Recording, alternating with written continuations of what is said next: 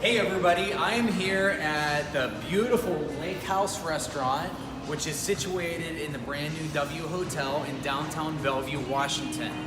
Now what's really exciting about this restaurant is they've been using Kangen Water technology now for well over a year. And we're gonna go inside and check this place out, and we're gonna sit down and talk with Chef Jason Wilson, who is a James Beard award-winning chef. We're gonna talk to him about how they're implementing this technology and why it's so exciting. So let's go inside and check it out. And ultimately, what are we trying to do is we're trying to create a better experience for our guests, right? And that better experience can be dealt with or experienced through really, happy, healthy employees, through a really clean and safe environment, and through the best tasting products possible. So when you think about that, it's how do you deliver that? Is it all on using Kangen water? Well, probably not. But does it really aid in the process? I think it plays a really big part, and in some ways a pivotal part too. I mean, we have things from tea to washing our vegetables, to the cleanliness of our places in our kitchen, but also our front of the house. You look at that and you go, okay, that's really substantial and substantive. But then at the same time, we're able to say, well, if our employees are drinking Kangen water, we also are looking at as an added benefit. We know that, and they know that they're experiencing something that's just both healthier and better for them. So it's a holistic way of operating a restaurant, I think, rather than what we've been kind of programmed to understand.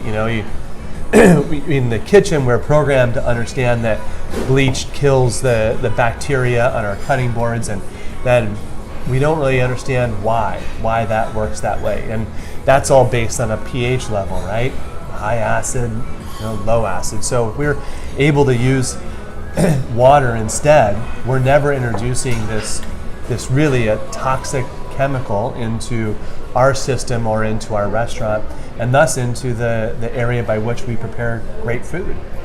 Which is very important, and that's something that most chefs are interested in, obviously. I think, as a chef-driven restaurateur, and I look at the chef's mindset drives the restaurants I'm a part of.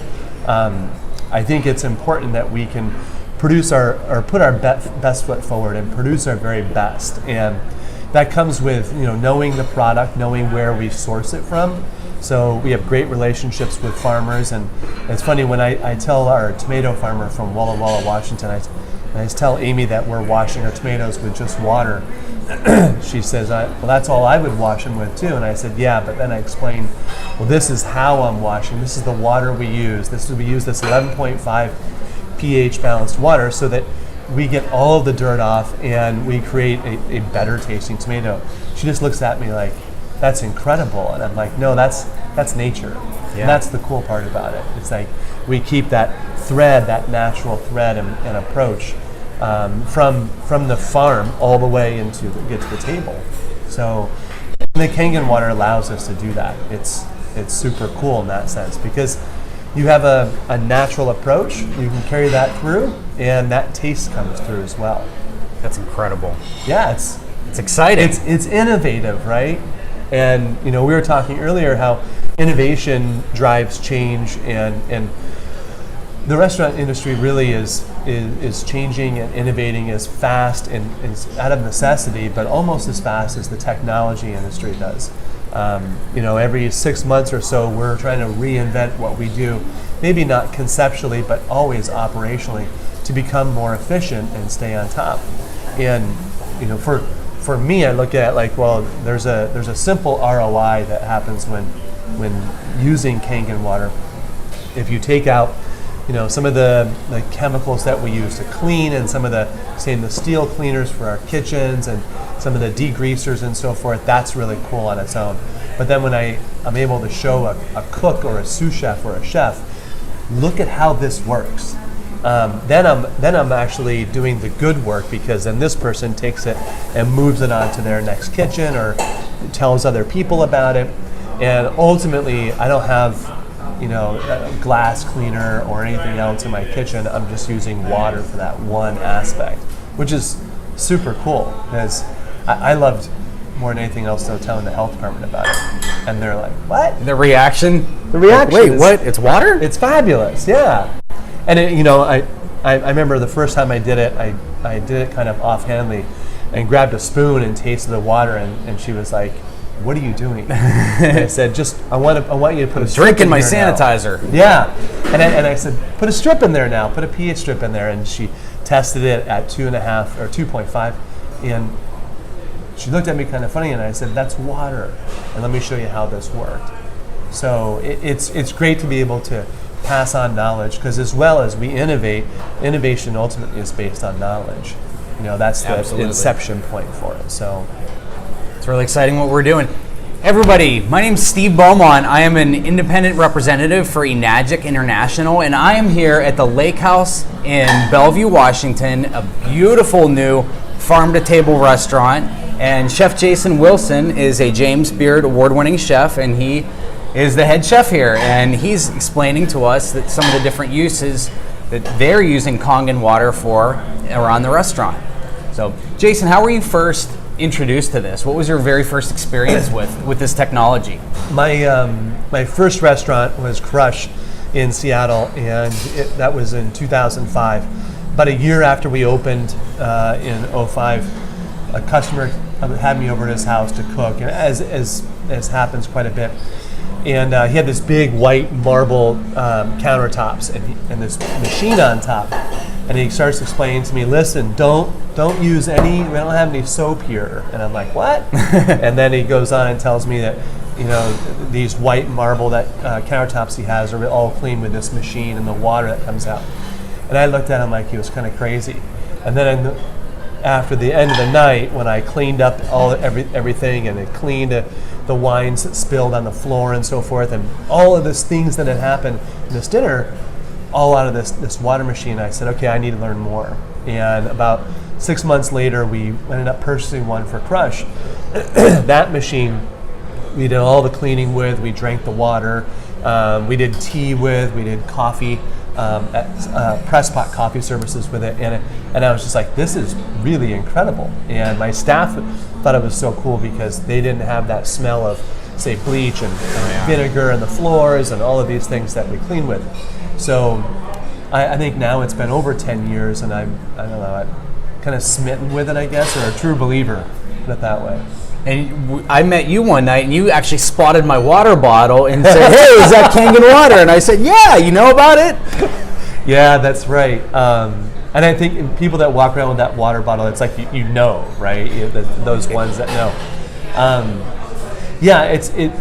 For me, I've always believed in the science behind things. As much as cooking and being a chef can be, a feeling and emotion sometimes, I always try to balance it with science. And so when I learned about Kangen water, I grabbed onto it wholeheartedly. And honestly, in the beginning, you kind of think about, like, can water just do that? Right. I mean, it's contradictory to all the things that we learn. Yet, when you experience it, and, so you drink it or you taste it and you watch what happens when you clean with it, it happens right there in front of you. And so it's easy to adopt. It's irrefutable.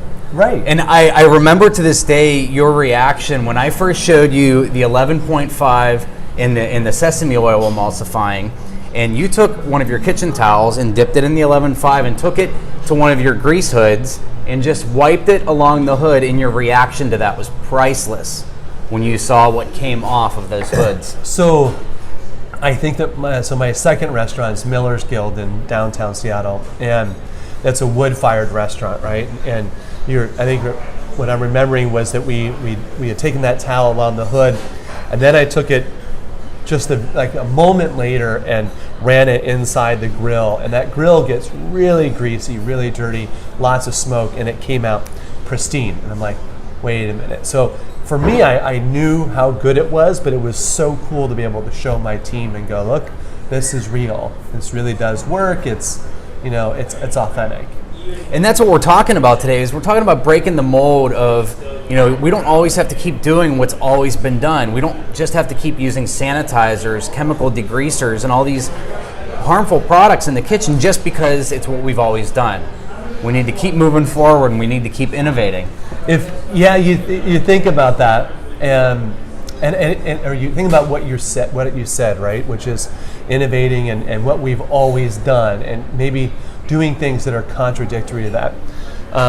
If that was the case, then would we ever be anywhere close to using these things? Right. If that were the case, would we have electric cars, and just goes on and on. Why stop there, and why is it that we wouldn't want to? My question is, why is it we wouldn't want to adopt something like that in the restaurant? In the restaurant kitchen, we're always looking at how to become more efficient. And I look at it like if I had one machine to do my degreaser, my sanitizer, and then drinking water for my kitchen staff, and just stopped right there, that would be, let alone a good investment. But then I'm going to add on the ability to wash vegetables. So if you think about this idea of washing vegetables, we put a vegetable that comes out of a field and gets stocked and stored in a warehouse on the floors, essentially, in a cold warehouse, and then we put just plain old water on it, and that's supposed to get all of this stuff off. And what I think we haven't seen or we don't know is that process and the things that happen along the way, the chain of events that leads to that. So if we look at how to make that, even that product better, there again is a innovation, and there again is reason to change. And it's ultimately about the operator. Do we ask ourselves, how good can we be? But for me, I think this is a no-brainer. What do you think this brings to the table in terms of quality of product that you're serving to your guests? Well, the quality of product is one of it has to start with a product itself. But if we're able to deliver, let's say, a cleaner product, a product that we know has been taken care of, then we have that confidence level in the product. But if we're able to deliver something that actually tastes better, isn't masked by anything that happened along the way, and even consider buying organic, there are still going to be organic things that happen to it along its way. For me, I think that's just putting your best foot forward as an operator, knowing that you've given every step along the way to ensure that your products are the best, and then delivering that to the guest. So product safety and quality, and then again, the shelf life that goes along with this is increased, and then taste. So there's great reasons behind, I think anyways, behind using the water. That's a great point you bring up about shelf life, and they've done studies where they've shown that when you wash produce properly using the 11.5, the strong alkaline water, that it can increase the shelf life up to 14 days longer, which is huge for you because you don't have so much product waste. Yeah, the idea of what we do really is that restaurants are ultimately retailing food and beverage. So when we purchase food to change it in some sort of fashion or to prepare to sell it, it sits on our shelf for, maybe it's a day, maybe it's a couple of hours, maybe it's a couple of days. And any sort of change in that product, whether that it goes bad, affects our ability to resell it. So if we look at just black and white, we want a longer shelf life and a brighter, more beautiful product. And this really is in reference to vegetables. But we want that product to be better so that we're able to sell it at that premium that we want to sell it for. If we then start thinking about things like fish and poultry and meat, so many restaurants nowadays are doing the poke craze, right? Mm-hmm. So, I hate to break it down to the nitty gritty, but if I'm taking, ahi that's been frozen at sea, caught wild, frozen at sea, butchered someplace that I'm not sure, and then brought into my kitchen, I have that other level of security just knowing that my cook is dipping it in that 2.5 solution, taking all of the bacteria out of it, and then going ahead and starting to cut it. He or she is also washed off the cutting board that same way. I wouldn't do that if I was using a bleach solution or any sort of other chemical-based solution, because it's going to taste like that solution. So your poke just went sideways. So then that really is expressive of any sort of thing you're doing with proteins. Yeah, the what you're referring to is actually hypochlorous acid, which is what's produced by the machine. It's an FDA-approved sanitizer, and it's actually more than twice as effective at killing bacteria than bleach is. But yet you can drink it. You could, like you said, prepare your food with it. You can dip your ahi tuna in it and then eat it raw. And imagine if you did that with your bleach. It wouldn't taste very good, and you probably wouldn't feel very good after eating it, and you would not be coming back to the lake house for another meal. And I think about what is trendy right now, and you think about where food is moving and in what direction. And there is this level of naturalism that's become important. There's definitely a level of connectivity to our products. People want to know that, there's a source for it and know about that source. And I think taking a more natural approach to how we treat our fruits, vegetables, and proteins is just a natural progression along the way to becoming either a better restaurant or the way that food is heading as well. And obviously in Seattle, the Pacific Northwest, we're very big on green everything. We want chemical free, we want to be good to the environment, and that's what you're doing is you're removing the chemical products that are coming into contact with our food prep areas, and obviously contributing to the environment by not having that go back into the ecosystems or into the food. Yeah, I mean, the big question is, in that realm, the big question for me is, can I make a difference? And, I think I mentioned earlier that the best way we make a difference as chefs is how we teach. And so if I teach 25 people that this is a new way of doing it, 25 of those people may go out to their next position, or they may carry that forward or that message, but they also are going to tell other people. Just as diners tell people about great and not so great experiences in restaurants, it's all word of mouth, and that's the strongest word we can have. So the difference ultimately, well, we have a smaller effect in that ability to not put chemicals down the drain and to be a greener operation. Our greatest footprint is how we affect our employees and our team going out and talking about it more. That's very powerful. It is. And in a few minutes, we're actually going to go in the back and we're going to check out this technology and show you how it works and how it's used. But Chef Jason, is there if you were to say one thing to restaurateurs or fellow chefs out there regarding this, what would it be? It's adoption. So I think that the important thing is for people to open their minds to it and open their eyes to it enough to be able to take that first step. The greatest thing about having adopting something new is developing that new habit. So when we think about that new habit is, get yourself in there, try it learn it enough to have a little confidence, and then continue with that.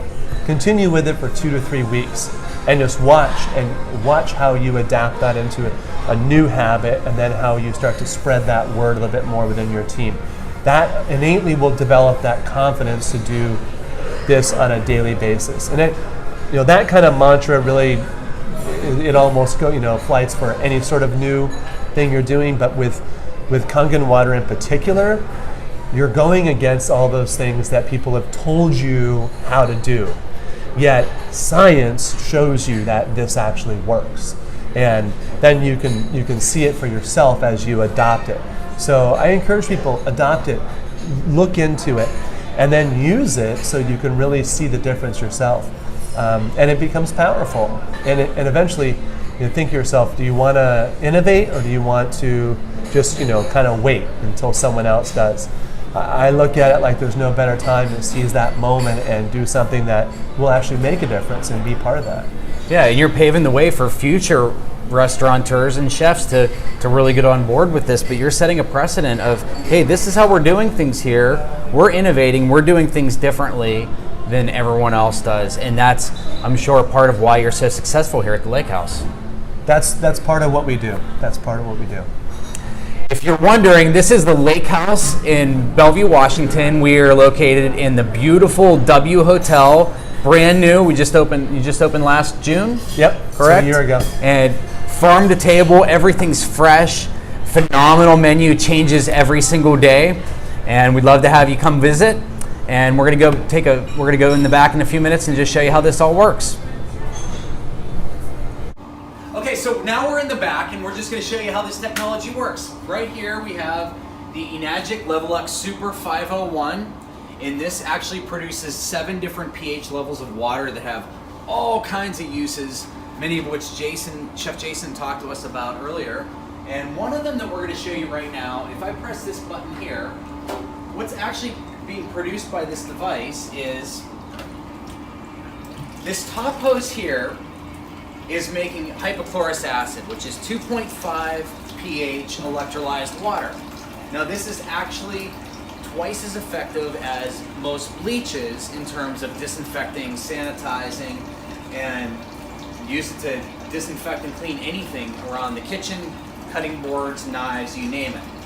Now what's being produced out the bottom here is a strong alkaline water that actually has some very unique properties to it, which we're going to show you here in just a moment.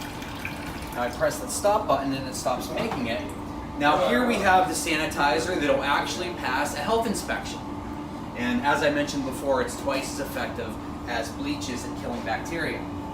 This water, this high pH water that we have here is fascinating stuff because this is what Chef Jason and the staff at the lake house are using to clean their floors, their grease traps, their hoods, but a lot of other uses for it as well. And one thing I'm going to show you is, this is some sesame oil that I have here, and we already know that water and oil what? What, Jason? They do not mix. They right? do not mix. So what we're going to do is we're going to take this sesame oil here, and we're going to show you the tap water and that sesame oil simply do not mix. But this is some of this high pH water that we just produced from this Enagic technology right here. And I'm going to take some of this, and I'm going to actually completely emulsify that sesame oil. Get this, with water that I can drink. Completely non-toxic, which is amazing because if you come over here, Tristan, you're going to see that we have some tomatoes here, and we're going to actually wash these tomatoes on the right with this high pH water. And then tap water for the other one. Chef Jason's going to help us here. Your assistant, Chef Jason. Yeah, I'm fine with donning that hat. He's the sous chef today. Okay, that's how we normally do it. We normally put it in tap water, or I shouldn't say we, but that's generally how speaking how people will wash the vegetables. And you can see there's just a little bit of discoloration or tinge in this water, but I mean it's just so faint. What happens in the other? But if you look at this one, and Tristan, if you can zoom in there, you can see that this water is already starting to turn yellow, and that it's extremely oily and greasy to the touch. And one thing that we don't realize is that tap water has chlorine, it has fluoride, it has over 200 chemicals in it, and these tomatoes are porous, just like human skin. So they're actually absorbing all the chemicals in our tap water.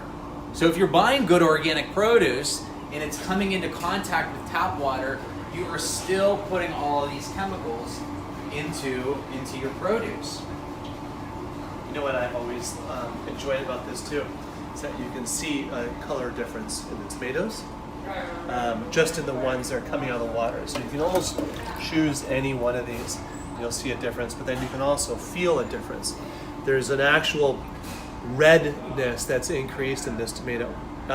What you've done is you've taken off any of this, gosh, it's so waxy strange. Residue? Yeah, there's this, well, the residue, there's sprays essentially that go on this to prevent that porousness from absorbing things in the environment and then, decomposing or ripening the tomato faster than it wants to be on the shelf.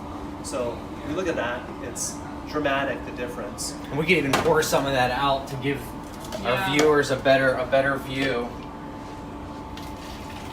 So there's our relatively clean tap water,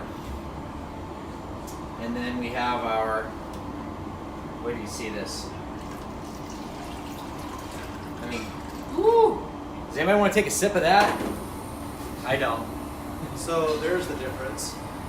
Look at that. Oh, this looks like a sample of the doctor's. And that's kind of the scary part, is that we're It looks like ingesting urine. that when we eat these tomatoes. And I mean, that goes to any other vegetables. Tomatoes being porous are a real simple way of doing it. We've done it with cherries. Being in Washington State, we used about a ton of these a year. Cherries, that is. And we've done with cherries with the same result, the liquid being a little bit darker. But same deal because cherries are porous as well. And a lot of times you don't see the chemicals that are on there as well. For example, apples. We're in Washington State, the home of apples, and they put wax on apples. Cucumbers have a waxy film on them that you can't always see, but you can certainly feel. And this has the ability to remove that because, as you see, this sesame oil that we mixed with the water, the tap water, has completely separated. And here we are several minutes later, and that has not separated. It is still completely emulsified. So the ability to clean the back of the house and even the front of the house of your restaurant is phenomenal compared to even in terms of results that you would have with many chemical products. We found that the high alkaline water has the ability to even outperform the chemical degreasers. Yeah.